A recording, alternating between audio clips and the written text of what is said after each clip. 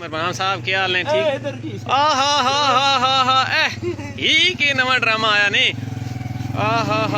السلام علیکم تو اشتیاق صاحب جناب کیا حال ہے رہی صاحب؟ ٹھیک ہو سیشا ٹھیک ہی پچھے سیٹ خالی تے اتے کیوں بواوے نے ساں؟ او جناب موٹر سائیکل نواں کٹایا تے رننگ چ وے ٹھیک انہاں دسیا بھئی رننگ موٹر سائیکل تے گڈی وینے ہو پر سواری پیچھے کوئی نہیں ہے جاونی ٹھیک وقت اس تے وزن نہیں پاؤنا وقت آپ پہ تیز تو جایا وا جی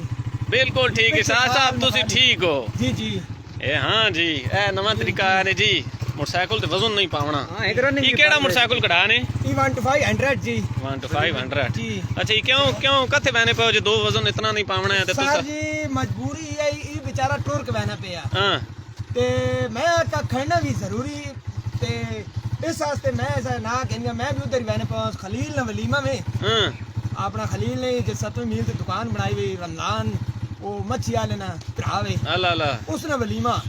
اوتھے بہنا پیا ٹھیک تے میں کہ یار بیچارے کھڑنا لازمی پر اس تے وزن بھی نہیں پاونا وقت ایسا میں تھوڑی اگے ٹور رہا ہوں مشورہ ذہن چ وقت تسی تک میرے ذہن ہو میں مان گیا تو ذہن ہے بات میرے ذہن چ آ گا بھئی یار ایسا کس طرح کھڑا میں وقت پیچھے موڑا میں کہا جناب او میں اوتے بہو وقت تک نے بس سال گلا کہ میں نہیں پڑھی بھئی بالکل ٹھیک ہے میں ٹوٹلی ٹریک کتابیں پڑھیاں رہی صاحب ایک اسلام جماعت گیٹ مشتلوم بالکل ٹھیک ہے یہ جڑی مشتلوم پڑھ کے دی لائبریری فزکس سائنس ان آ گیا تے زوالوجی میں کوئی بھی نہیں تو سمجھ شانا زوالو جی پڑھ کے دی نا جی جی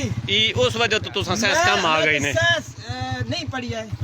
لیکن اتنا ذہن آ گیا ای ذہن اتنا پہنچا آ گیا نا بھائی ای بھائی موٹر سائیکل تے وزن نہیں پاونا رننگ چ رننگ چ جی نواں کٹایا ہونا تو کوئی 10 کلومیٹر چلانا اس تو بعد بھائی وزن پاونا پیچھے موٹر سائیکل پانی شانی ٹھیک نہیں جناب نہیں پانی کی اسا سویرے ناشتہ نہیں کیتا کیوں ولیمے تے ہونا خلیل بالکل ٹھیک ہے ٹھیک ہے سر ٹھیک ہے ٹھیک ہے